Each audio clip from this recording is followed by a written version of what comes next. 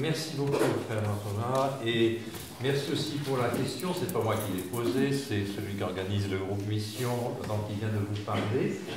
Mais c'est de fait une question qui est à la fois importante et relativement nouvelle dans l'histoire de la théologie. Alors, il y a un aspect ancien, parce qu'on sait quand même, d'abord depuis les évangiles, on s'est demandé comment Jésus savait tout ce qu'il savait. Hein, vous voyez, il nous parle avec autorité, et il vient de ce petit village, là, on se demande où il a appris tout ça. On s'est posé la question d'où lui venait ce qu'il savait.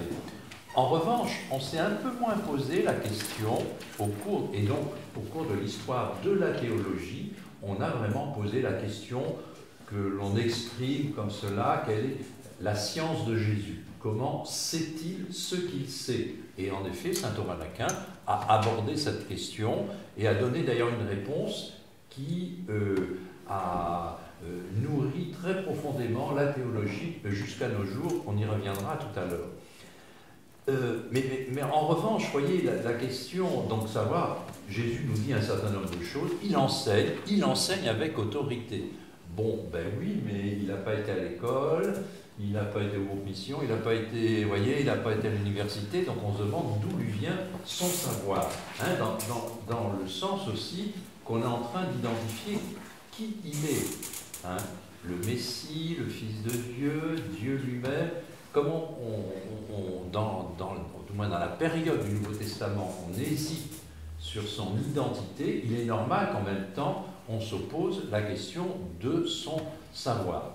Mais dans la tradition, une fois que Jésus sera mort et ressuscité, qu'il y aura la Pentecôte, on va confesser Jésus comme étant Dieu, et il y aura des conciles œcuméniques qui vont l'affirmer. Donc là, je dirais pratiquement, la question est résolue. Il est Dieu, donc il sait tout. Hein, il est Dieu, il sait tout, et comme Dieu, ben, il nous révèle tout ce qu'il sait. Et voilà, la question est résolue, et pourrait d'ailleurs s'arrêter là. Hein. Je me suis demandé, qu'est-ce que vous répondriez-vous à la question de Jésus savait-il qu'il était Dieu? Qui pense oui? Levez le doigt. Qui pense non? Ah, il y en a quand même quelques-uns, hein, et puis il y en a quelques-uns qui ne répondent pas. Hein. Alors moi je pensais que vous alliez tous dire oui, ce qui m'aurait évité de continuer, parce que si vous aviez déjà la réponse, hein, ce n'était pas la peine de compliquer. Mais vous voyez, il y a une petite hésitation. Alors, vous avez raison de vous poser la question. Vous voyez, donc là, il y a d'un côté la science de Jésus, puis de l'autre côté, il y a la conscience de Jésus. C'est-à-dire que la conscience de Jésus, il ne s'agit pas ici de la conscience morale. Est-ce que Jésus connaissait le bien et le mal? Bon, d'accord, ça on peut penser qu'il connaissait, hein, il n'y a pas de problème. C'est plutôt la conscience de qui il est, qui je suis. Alors vous pourrez dire, c'est quand même curieux, et en effet, dire, mais c'est la même réponse que pour la science de Jésus. Comme Jésus est Dieu, eh bien, il sait qui il est Dieu. D'ailleurs, Dieu ne peut pas ignorer qu'il est Dieu. Hein. Si Jésus est Dieu, voyez, hein, Dieu sait qu'il est Dieu, or Jésus est Dieu, voyez, donc Jésus sait qu'il est Dieu. Le syllogisme est parfait, on l'arrête, Jésus sait à conscience qu'il est Dieu. Bon, ça c'est simple.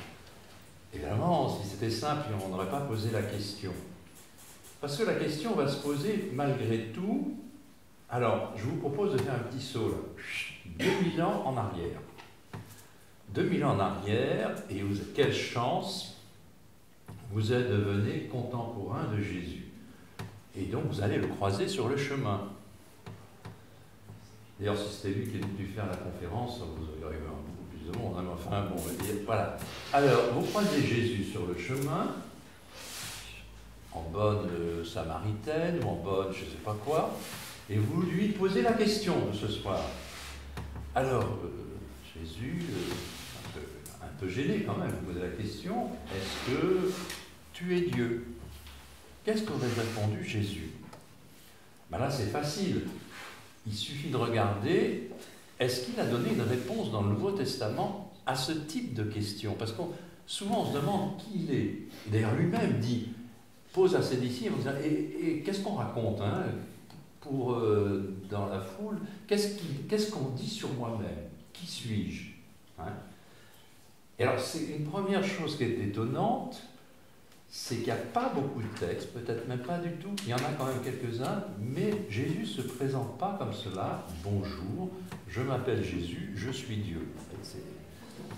C'est rare. Hein. Essayez de trouver un texte là-dessus, il ne le dit pas. Ce qui fait les choux gras d'ailleurs de certains sectes mormons et compagnie qui disent, ou témoins de Jéhovah plutôt, témoins de Jéhovah, jamais Jésus dit que dans le Testament qu'il est Dieu. Bon, alors vous voyez, vous prétendez, vous, qu'il est Dieu. Mais alors, admettons maintenant, on avance un petit peu dans l'histoire, on recule encore de l'histoire.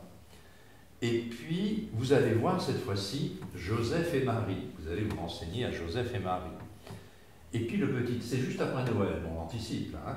C'est juste après Noël, le petit enfant est né, vous allez voir le petit bébé Jésus, et vous dites, bah, il est Dieu, il est né le divin enfant, dit-on, et vous lui posez la question, petit enfant Jésus, qui es-tu? Qu'est-ce qu'il va répondre? Qu'est-ce qu'il va répondre? Il va gazouiller, hein, comme tous les petits bébés. Ah bon? Bon, alors il faut attendre combien de temps? Alors on attend 6 mois, peut-être qu'il y aura une réponse. Ah non, 6 mois c'est un peu tôt hein, pour qu'il réponde. 1 an? À partir de quand il va répondre? Donc il y a un moment il ne peut pas répondre, et à un moment il répond. On ne sait pas trop. Jésus enfant, qu'est-ce qu'il aurait répondu à la question que vous lui posez? Vous voyez? Jésus adolescent. Oui, il y a l'épisode de Jésus au temple, hein, à 12 ans. Il faut attendre quand même 12 ans, on dit qu'il grandissait en taille et en sagesse. Puis à 12 ans, il y a cet épisode un peu énigmatique, hein, où Jésus, retenez bien ça, en lisant un passage de l'Écriture, va comme s'étonner que ses parents ne voient pas, au fond, qui il est vraiment et ce pourquoi il est venu. Hein. Bon. Il y a cet épisode, mais qui est quand même mystérieux. Mais vous voyez, je souligne la chose, si vous rencontriez Jésus du temps de sa vie terrestre, eh bien, c'est pas facile d'obtenir de lui-même une réponse à cette question. Bon, j'espère que je ne vous trouble pas en disant ça, hein. C'est pour montrer qu'il y a un intérêt. Et puis, je dirais, il y a aussi le fait que dans le Nouveau Testament, il y a un passage qui est très célèbre, on répète à qui mieux, où Jésus semble dire qu'il ignore quelque chose. Et qu'il y a quand même quelque chose qui est important, c'est la date de la fin de son retour. Il reviendra dans la gloire pour juger les vivants et le mort. Or, Matthieu, chapitre 24, verset 36, nous dit, non, c'est pas Matthieu, c'est Jésus qui parle. Pour ce qui est du jour ou de l'heure, personne ne le sait quand le Christ reviendra, ni les anges des cieux, bon, admettons l'ignorance des anges, plus gênant, ni le Fils. Mais le Père seul le sait. Seul le Père sait quand le... Ah bon? Alors, il y a même, vous voyez, des moines copistes, ça les gênait, ça. Ils ont oublié de copier ni le Fils. Comme ça, au moins, ça passe. Bon, vous savez que Jésus ignore quelque chose. Donc, vous voyez, alors, ce n'est pas la conscience de Jésus ici, c'est plutôt... Il y a des choses importantes qui semblent ne pas savoir. En tout cas, ça montre bien aussi que Dieu, s'il se révèle d'une manière exceptionnelle en Jésus, qu'il fera dire, par exemple, au dernier Concile Vatican II, que dans le Christ, on trouve la plénitude de la révélation, c'est-à-dire qu'on n'aura pas mieux. Vous pouvez faire tout ce que vous voulez, vous n'aurez pas mieux que le Christ. Il reste, il y a des choses qu'on ne sait pas. On ne sait pas quand le Christ va revenir sur Terre. Alors évidemment, on a tendance un petit peu à s'habituer, on se dit, bon, depuis 2000 ans que ça dure, on peut espérer qu'il y a encore 2000 ans, c'est rien, hein, ça peut venir à la fin de la conférence quand même, hein, j'espère, mais ou avant, vous voyez, on ne sait pas. Alors, pourquoi, au fond, la question est plus difficile qu'on ne le pense? Vous voyez, en disant est-ce que Jésus sait-il qu'il est Dieu, on dit oui puisqu'il est Dieu. Et on dit c'est pas tout à fait vrai ce que l'on dit. Bien sûr qu'il est Dieu, mais dans notre confession de foi, on dit que Jésus est vrai Dieu et vrai homme. En tant que Dieu, il n'y a pas de problème. Bien sûr, Dieu sait tout, et Jésus, en tant qu'il est Dieu, sait qu'il est Dieu. Où la question va se concentrer, c'est au plan de son humanité. De son humanité. En tant qu'il est homme, qu'est-ce qu'il sait exactement? Et quelle conscience a-t-il de lui-même? Alors peut-être que cette question vous paraît un petit peu curieuse. Vous dire, oui, mais enfin, il est Dieu. Ne nous embêtez pas avec cette histoire qu'il est homme, il est quand même Dieu. Et peut-être que dans votre tête, j'espère que non, mais ça peut arriver, on est presque tous passés par là, on imagine Dieu selon une hérésie très ancienne. On peut être hérétique sans s'en rendre compte. Hein. Notamment quand Saint Jean nous dit « le Verbe s'est fait chair ». Le Verbe, c'est la deuxième personne de la Trinité qui est devenu homme, et en langage biblique on dit « il s'est fait chair ». Et peut-être qu'on associe dans cette manière de comprendre le Christ que le Verbe de Dieu a pris un corps humain dans le sein de la Vierge Marie et que le Christ, c'est le Verbe de Dieu incarné dans une chair et la chair humaine. Si on pense ça, on se trompe. D'où, magique, prenez le chemin ici. Alors, on prend le schéma ici. Voilà, s'il y en a qui n'en ont pas. Voilà. Donc, vous voyez, vous partez de la gauche, sur la feuille, vous avez le mystère de la Trinité. Dans la Trinité, il y a le Verbe de Dieu, le Verbe divin. Le Verbe se fait chair, ça devient Jésus-Christ. D'accord? On dit que Jésus-Christ, vous voyez, on va progresser de gauche à droite, est vrai Dieu et vrai homme. Vrai Dieu et vrai homme. En fait, tout le problème ici, ça va être de comprendre le mot le plus petit de cette expression, c'est-à-dire la conjonction de coordination. Hein, être et ET, vrai Dieu, on sait ce que ça veut dire, vrai homme, on sait ce que ça veut dire. Les deux en même temps, c'est là que c'est un peu plus difficile. Alors, prenons vrai Dieu.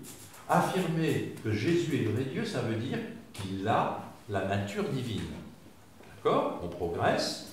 Avoir la nature divine, ça veut dire que Jésus a la nature divine, elle possède une intelligence divine, une volonté divine, hein, qui en Dieu ne font qu'un, mais on les distingue comme cela. Pas de problème. Mais il faut affirmer que Jésus est vrai homme. Donc en bas du schéma, ça veut dire que Jésus a la nature humaine. Avoir la nature humaine, c'est avoir, comme tout être humain, la composition corps et âme.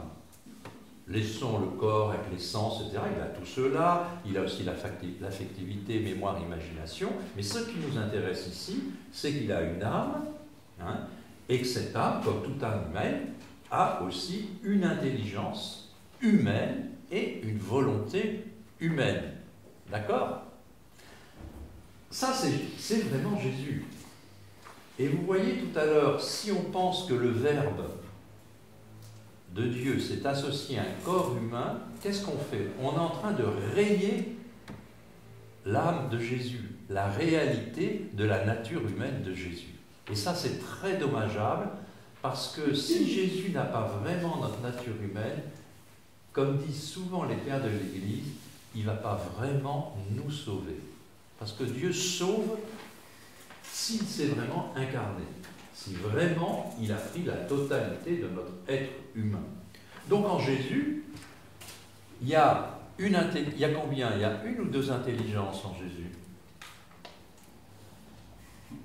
Alors, qui est d'accord pour dire qu'il n'y en a qu'une? Oui, ah, c'est bien, vous êtes courageux.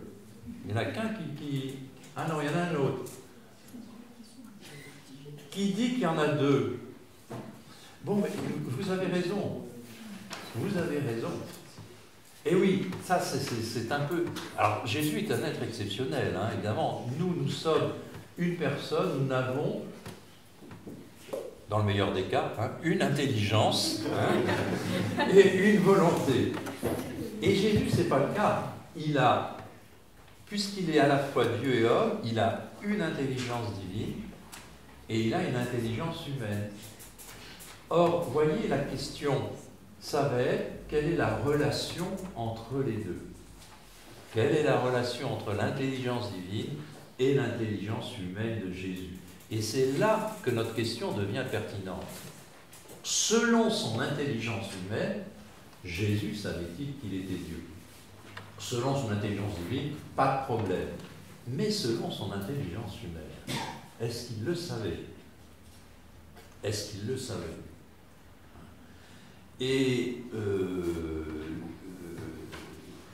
d'autant plus qu'il y a, vous voyez, il y a un grand concile œcuménique qui dit qu'il faut la relation entre ces deux intelligences, entre ces deux natures, il faut les penser sans confusion. Donc il ne faut pas que la divinité de Jésus écrase son humanité, sans confusion, mais sans séparation aussi. Il ne faut pas les séparer. Hein, comme si Jésus était une espèce de, voilà, de malade mental avec vous voyez, d'un moment il se croit Dieu, d'un moment il se croit homme. Hein, une espèce de schizophrène hein, qui aurait ces deux natures, tantôt c'est l'intelligence divine, tantôt c'est l'intelligence humaine. Il y a bien les deux, elles ne se confondent pas. Hein. Donc vous voyez que quand on se pose la question, Jésus savait-il qu'il était Dieu, et qu'on répond oui parce qu'il est Dieu, en fait, on a fait comme ça pendant des siècles. Enfin, en tout cas, je vous ai dit que la conscience de Jésus, on n'en a pas trop parlé, mais pendant des siècles, on a un peu écrasé la question en disant il est Dieu. Et on ne se pose pas la question, mais comment ça se passe sur le plan de sa nature humaine? Alors pourquoi c'est important de le connaître, ça, de connaître les éléments de réponse? Parce que d'abord, nous aimons Jésus, j'espère. Nous aimons Jésus, et quand on aime quelqu'un, on voudrait bien mieux le connaître, et le connaître en vérité. Hein? Mieux le connaître, mais aussi savoir un peu, c'est pas inintéressant, comment il nous connaît lui-même. Hein? Parce que Jésus, comment il me connaît, Jésus? Donc vous voyez, ça, il faut que vous ayez bien en tête ce schéma, c'est schématique, hein? Évidemment, donc quand vous rencontrez Jésus, puisqu'on a fait un saut de 2000 ans, d'abord ce que vous auriez vu, c'est un corps humain, hein, un corps humain, et puis vous auriez commencé à parler avec lui, comme tout être humain, il aurait parlé avec lui. Par contre, plus mystérieux, quel est le plus profond de sa réalité, de sa personne? Alors là, c'est là qu'on rentre dans le mystère de sa divinité. Mais, dans la première apparence, vous auriez eu une relation humaine, d'ailleurs on voit bien, les disciples en ont, ils mangent, etc., ils se promènent, etc. Il y a une chose que je n'ai pas dite dans le saut qu'on aurait pu faire il y a 2000 ans, il faut aussi se souvenir, parce que nous on parle de Jésus, et c'est très bien, mais en fait quand on regarde la vie de Jésus, c'est quand même 30 ans où il ne fait pas grand-chose. 30 ans. 30 ans. Ça ne dure pas beaucoup. Ce à quoi on s'intéresse, c'est trois petites années de sa vie. Bon, un peu la naissance, parce qu'il y a la Vierge Marie et Saint-Joseph. Mais enfin, le plus important, c'est en 3 ans. Et qu'est-ce qu'il fait pendant 30 ans? Voilà quelqu'un qui doit sauver le monde entier, et sauver pas vraiment de la mort spirituelle, du péché, etc. 30 ans. Et puis on ne peut pas dire que dans les 3 ans, ça m'a toujours impressionné, il enseigne, il fait plein de choses, des miracles, tout à... mais enfin il ne se presse pas trop quand même. Hein? À la fin, il va se retrouver on n'a pas l'impression d'un étudiant en train de préparer ses examens. Non, pas du tout. Il se promène, il se balade, il campe, il mange du poisson avec ses disciples, il parle avec une dame, il fait un petit truc, un petit feu. Enfin, c'est un espèce de scout, hein, Jésus, qui a un camp perpétuel pendant 3 ans. Bon, là, il y a quand même l'urgence de la mission, on monte vers Jérusalem, mais enfin, il prend son temps. Et c'est très curieux comme attitude. Vous voyez, il y a une attitude où, voilà. Alors, il faut bien avoir ce schéma en tête, la vérité de l'humanité de Jésus. Il ne faut pas la balayer, cette vérité de son humanité, sinon c'est comme si on balayait l'incarnation.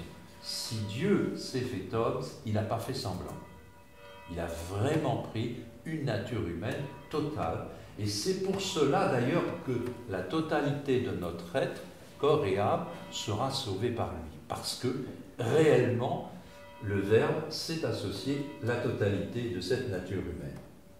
Alors, Jésus savait-il qu'il était Dieu? Alors pour ça, il faut faire un petit détour et se dire, mais au fond, qu'est-ce que ça veut dire que connaître Dieu? Connaître Dieu. Alors, si vous êtes posé la question, bon, classiquement, on dit qu'il y a 3 manières de connaître Dieu. 3 manières. La première, c'est le connaître comme on peut, c'est-à-dire, je dirais, par notre intelligence naturelle qui essaie d'avoir une certaine connaissance de Dieu. Alors, vous savez, saint Paul nous dit, en regardant la création, normalement, on doit remonter à l'existence d'un créateur, un certain sens de Dieu sur le plan moral aussi. Premier élément de connaissance, la connaissance naturelle. D'accord ? Elle nous habite, cette connaissance, elle fait partie, puisque nous sommes des êtres doués d'intelligence, on a aussi cette connaissance naturelle de Dieu en nous. Mais vous savez que cette connaissance naturelle, elle est perfectionnée par une deuxième connaissance, qui est la connaissance par la foi, par la grâce, par la révélation. Notre intelligence, par la grâce, va adhérer à une révélation qui va nous donner beaucoup plus de connaissances et surtout va pouvoir entrer en relation interpersonnelle avec Dieu. Ce que sur le plan de notre seule intelligence, je ne peux pas. Donc, il faut que ma nature humaine soit surélevée par la grâce pour être sur le plan surnaturel et être en relation avec Dieu. D'accord? Ça, c'est notre connaissance de Dieu durant notre vie terrestre. Durant notre vie terrestre. Et puisqu'on limite dans le temps, il y a donc une troisième connaissance de Dieu, quand nous ne serons plus sur cette terre, qu'on appelle la connaissance de gloire, où on a, dans le meilleur scénario, on arrive au ciel, et notre foi, eh bien, elle va être complètement dépassée par une connaissance beaucoup plus intime de Dieu, si intime qu'on la compare à une expérience sensible, et on dit qu'on verra Dieu. C'est la vision de Dieu. C'est ce qu'on appelle la vision béatifique, parce que non seulement c'est une connaissance remplie de charité, mais qui en plus nous rend bien heureux d'un bonheur qu'on ne peut pas imaginer. Donc on a ces 3 connaissances de Dieu. D'accord? Alors vous voyez où je veux en venir, et Jésus là-dedans. Si on applique ça à l'humanité de Jésus, eh bien d'abord, il faut redire que Jésus est quand même un cas unique. Un cas unique parce que nous sommes des êtres humains, que Jésus est Dieu. Et c'est là que notre maître saint Thomas d'Aquin, qui a posé la question, a une explication assez originale. Il va dire, certes, notre intelligence humaine, elle chemine sur terre dans la foi, aidée par la grâce bien sûr, aidée par les dons du Saint-Esprit aussi, mais enfin, c'est un peu dans l'obscurité de la foi. Il n'en va pas de même pour Jésus. Jésus, exceptionnellement, parce qu'il est Dieu, son intelligence humaine va se trouver dans une situation unique. Laquelle? Eh bien, celle que nous aurons au ciel. Celle que nous aurons au ciel. Pour saint Thomas d'Aquin, l'intelligence humaine de Jésus est déjà plongée et déjà baigne dans le maximum de la connaissance, qui est la connaissance de la vision béatifique. Donc l'intelligence de Jésus bénéficie d'une assurance qui est la connaissance divine, qui connaît comme Dieu connaît. À ce moment-là, vous voyez, la réponse à notre question, elle est simple. Elle est simple, enfin elle est simple, relativement simple. Là, on peut dire que Jésus sait tout, d'une certaine manière, en tout cas participe dans son humanité au maximum de la connaissance que à laquelle sa nature humaine pouvait prétendre, puisqu'il baigne dès sa vie terrestre, dans la vision bienheureuse ou la vision de Dieu, saint Thomas. Donc, c'est un cas unique. Vous voyez bien, nous, il faudra attendre que nous soyons. Et pourquoi saint Thomas dit ça? Parce que, il dit, Jésus, il a une double mission à accomplir. La première mission, c'est de nous révéler le mystère de Dieu, le mystère de la Trinité. Et pour ça, il faut que lui-même soit dans la plénitude de la connaissance de la Trinité dans son humanité. Parce que sinon, s'il est dans la foi, comme nous, à tâtonner, même s'il aurait une foi exceptionnelle, bref. Puis notez d'ailleurs que dans le Nouveau Testament, vous savez, tout à l'heure je vous dis, il n'y a pas beaucoup de propositions. Il y en a en effet chez saint Paul, il y a parfois des affirmations plus directes, on dit que Jésus est Dieu. Mais il n'y en a pas où Jésus se présente comme Dieu. Mais notez qu'on ne parle jamais non plus de la foi en Jésus. De la foi en Jésus. Jamais on dit Jésus, c'était un croyant de haute volée. Jamais, jamais. Pourtant, ça aurait été tentant de dire « Croyez, soyez de bons croyants comme Jésus est un bon croyant ». Jamais on ne dit que Jésus a la foi. Vous pouvez chercher, jamais. Alors je vous dirais, d'accord, mais on ne le dit pas, mais ce n'est pas parce qu'on ne le dit pas. Oui, mais on ne le dit pas. Parce que si Jésus n'avait pas la vision de Dieu, s'il n'avait pas la connaissance parfaite, il n'y a pas, soit vous avez une connaissance parfaite, soit vous êtes dans la foi. On ne le dit pas. On ne le dit pas. Donc ça laisse le champ libre pour une autre explication. Et saint Thomas l'a saisi. Donc Jésus connaît tout parce que il baigne déjà dans cette vision béatifique. Alors attention, vous me direz, est-ce que ça en fait un monstre? Non, parce que nous, plus tard, quand nous serons au ciel, nous aurons aussi cette vision béatifique. Ça ne fera pas de nous un monstre. Donc l'humanité de Jésus, elle anticipe simplement ce que nous connaîtrons tous au ciel. Et d'ailleurs, c'est la raison. Elle l'anticipe pour que nous puissions y accéder. Je vous ai dit qu'il y avait une première raison. La raison, c'est que Jésus doit nous révéler la plénitude de la révélation, mais ce n'est pas la seule mission de Jésus. C'est que sa tâche est beaucoup plus compliquée, c'est qu'il doit aussi nous sauver. Alors, c'est déjà pas facile de révéler les mystères de Dieu, mais révéler ça à des pécheurs, alors là, la tâche est compliquée. Il faut qu'il y ait une espèce de surcroît de charité et d'amour qui n'est possible que dans le Christ. Saint Thomas d'Aquin dit même un seul acte d'amour de l'humanité de Jésus suffisait à nous sauver. Il y avait tant d'amour dans l'humanité de Jésus, mais tant d'amour, je dirais, c'est parce que aussi son intelligence et sa volonté baignent dans. Alors ça, vous voyez, c'est la plus haute science de Jésus en son humanité, c'est la vision béatifique. C'est pas, alors attention, ce que je vais dire là, c'est pas pour vous troubler, c'est pas vrai, c'est une explication de saint Thomas d'Aquin, sans doute très probable, mais qui n'est pas encore un enseignement de l'Église. Mais c'est quand même l'enseignement du plus grand théologien qui existait. Il était dominicain. Et alors, donc vous voyez, c'est quand même la grande explication qui perdure jusqu'à nos jours. Il y aurait une autre explication. Comment Jésus sait qu'il sait?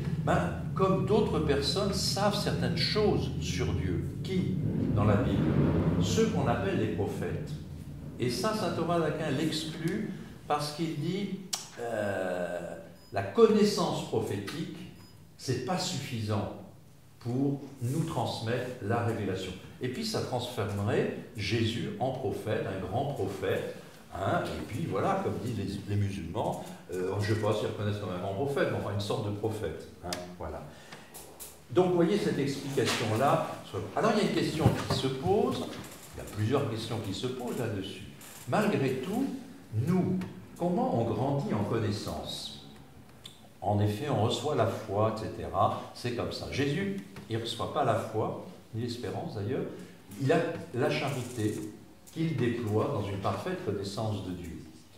Mais, malgré tout, on revient à notre petit Jésus enfant, petit bébé. Alors, il a beau être Dieu, bon, il faut quand même que ses facultés se développent, parce que la vie béatifique, il faut qu'elle se développe dans des facultés capables de les intégrer. Mais quand même, on pourrait se demander, est-ce que Marie et Joseph, ils ont servi un peu à quelque chose? Il a grandi, on nous dit en taille et en sage. Au fond, est-ce que Jésus a appris quelque chose? Est-ce que je peux apprendre quelque chose à Dieu? Vous voyez, c'est pas simple comme question. Question toute bête. Est-ce que Jésus a appris à lire? Ou est-ce que Marie et Joseph ont appris à Jésus à lire? Ou comme il était Dieu, non, c'est venu tout seul. Bon. Remarque, j'ai connu comme ça une jeune fille qui était très douée, qui un jour est descendue de sa chambre à l'âge de 4 ans, elle savait lire, ses parents ne lui avaient jamais appris en feuilletant. Enfin bon, passons. C'était pas Jésus-Christ. Hein. Vous voyez, est-ce qu'il a appris quelque chose? Et ça, c'est vrai qu'on résiste. Saint Thomas résiste un petit peu à dire qu'il aurait appris de quelqu'un d'autre. Parce qu'apprendre de quelqu'un d'autre, ça veut dire qu'on est un peu inférieur à lui. Bon. Je crois que de nos jours, on craint moins de dire que Jésus a eu aussi une science acquise. Il a appris un certain nombre de choses, je dirais, comme tout être humain, par l'expérience de la vie. Quand Jésus dit une parabole, la parabole du semeur, on ne voit pas pourquoi cette parabole du semeur serait descendue du haut de sa divinité, etc. C'est clair que Jésus, dans son expérience humaine, et ça, saint Thomas d'Aquin l'accepte, de dire que, en voyant les choses du monde terrestre, il a comme affiné son savoir humain, qui lui a permis de dire des paraboles. Je pense qu'il n'y a pas de difficulté à dire aussi que Jésus a pu apprendre, par exemple, de Marie et de Joseph, même s'il était Dieu. Mais la difficulté de ça, c'est qu'il y a une tradition qui date de l'Antiquité, de saint Augustin, où l'ignorance est souvent liée au péché. Et comme on a une idée que Jésus est l'homme parfait, ignorer, ça serait le mettre, voyez, dans quelque chose de l'ordre. Oh, c'est pas vrai, toute ignorance n'est pas un péché. Moi, je ne comprends pas la relativité d'Einstein, je ne me sens pas pour autant pécamineux, vous voyez, c'est parce que c'est inaccessible, c'est comme ça. Donc voyez comment on peut arriver que Jésus peut arriver aussi à utiliser cette science acquise. Il y a un autre problème que je ne vais pas traiter ici parce que c'est trop compliqué, et surtout, non, pas trop compliqué pour vous, mais trop compliqué dans le temps que nous avons et il passe. C'est comment on passe de la science de Dieu à une science humaine. Pourquoi je pose ça? Parce que nous avons une manière de connaître qui est tout à fait particulière. On connaît, comme on dit, grâce à un discours.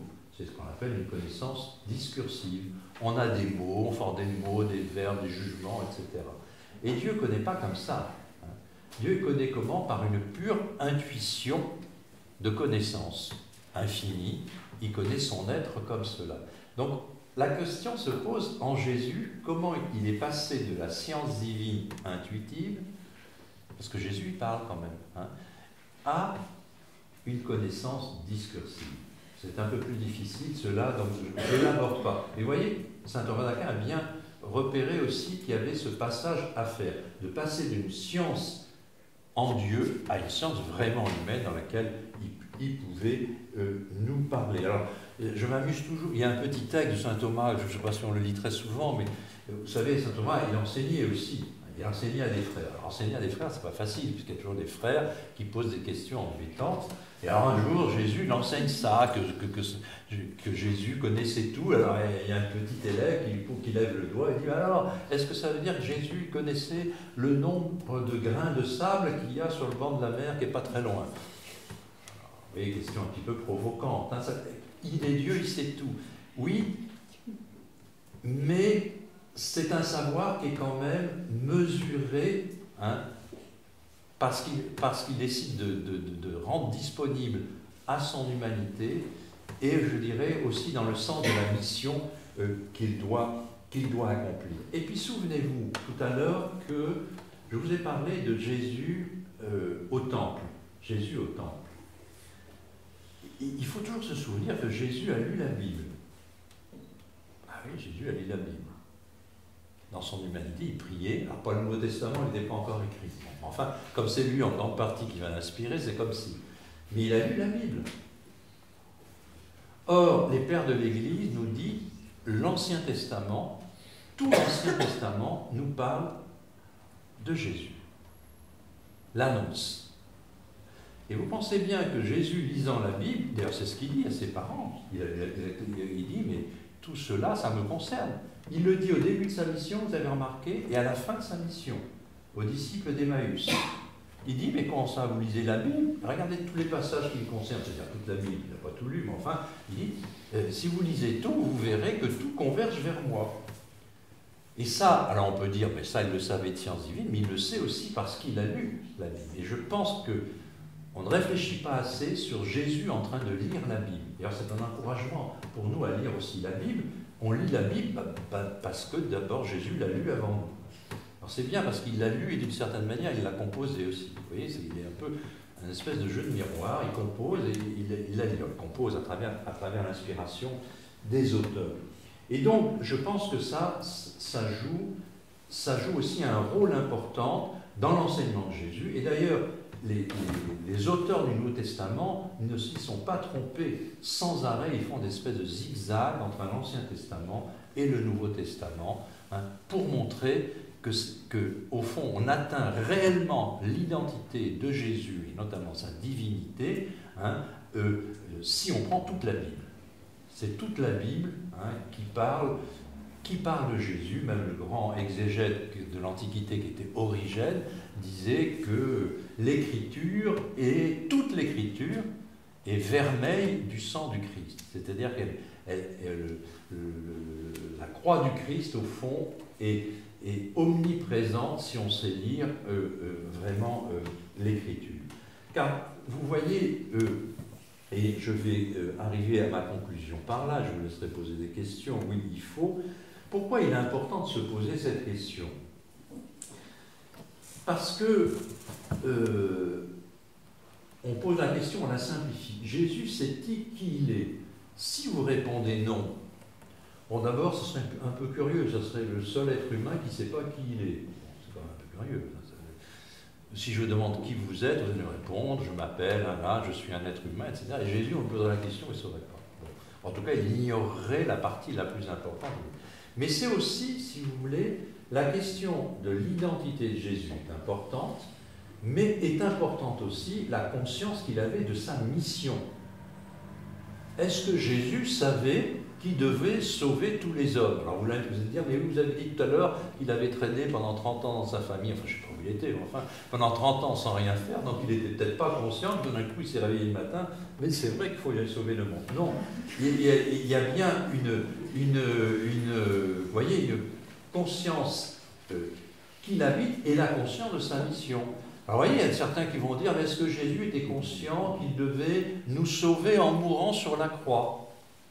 Ben oui, même si, voyez, il l'annonce d'une certaine manière. Comme d'ailleurs, je vous parlais tout à l'heure, Jésus ne dit jamais qu'il est Dieu, mais le Nouveau Testament, quand on sait bien lire le Nouveau Testament, il y a des manières d'affirmer la divinité de Jésus, hein, qui sont à toutes les pages de la Bible. En tout cas, les auteurs du Nouveau Testament, eux, ils ont bien identifié que Jésus était Dieu.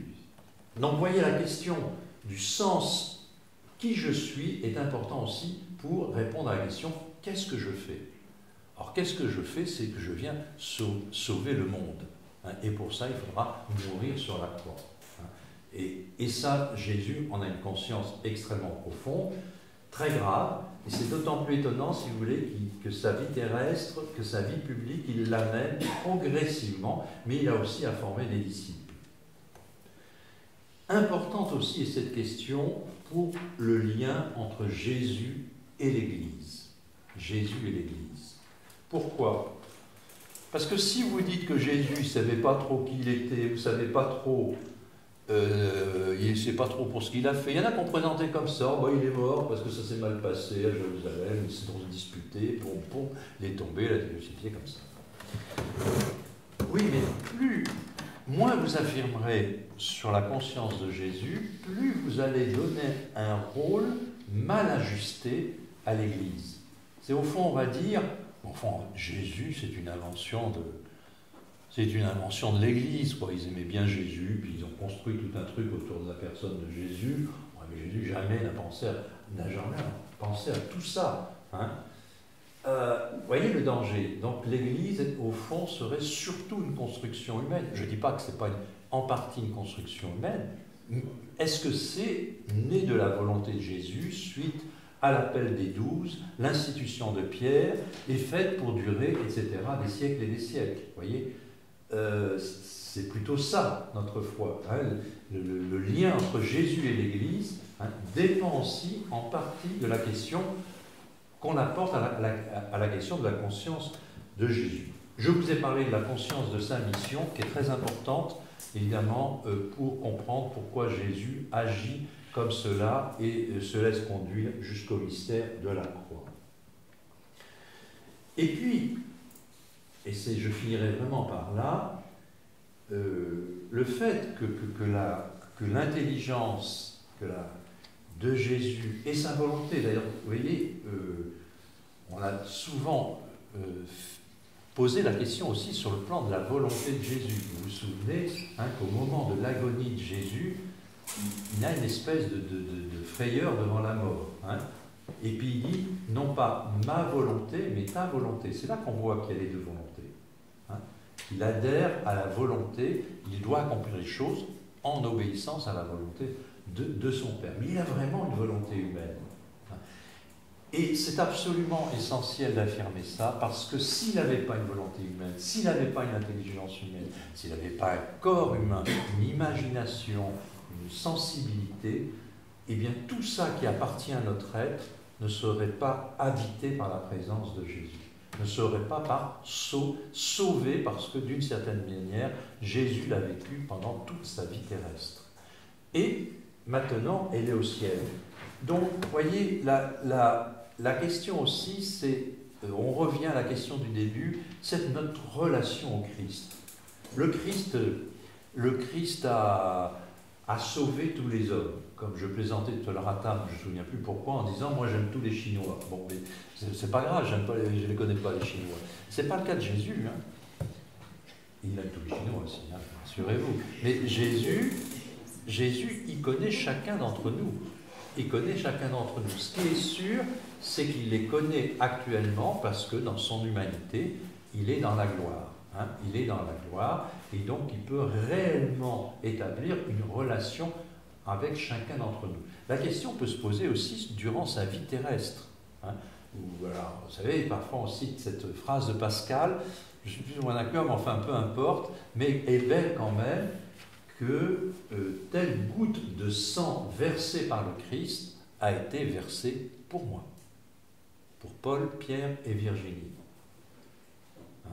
Donc, un salut qui est réalisé, vous voyez, non pas, alors, je sauve combien d'hommes là, 70 milliards, allez hop, on les sauve tous. Voilà, il faut qu'ils acceptent par la foi, et puis je ne connais pas grand monde, c'est un salut fait en masse. C'est pas vrai, c'est un salut qui concerne en effet des gens qui doivent vivre en Église, mais dans laquelle Jésus établit une relation personnelle et unique.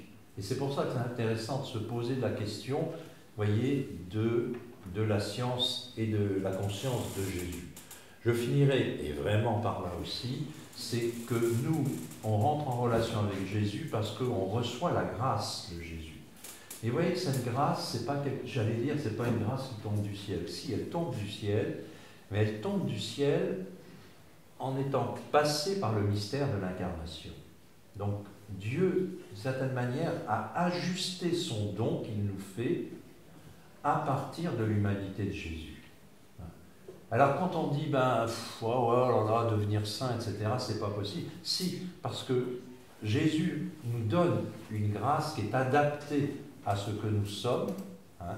Il nous montre le chemin, il inaugure ce chemin, hein, et en nous donnant les moyens de lutter contre le péché et de réaliser cette sainteté à laquelle il ne cesse de nous appeler. Donc nous n'avons pas un Dieu qui nous ignore, puisque ce Dieu s'est fait homme, et que c'est à partir de cette incarnation qu'il invite chacun dans une relation particulière, hein, à progresser spirituellement, hein, et aussi dans la communauté ecclésiale.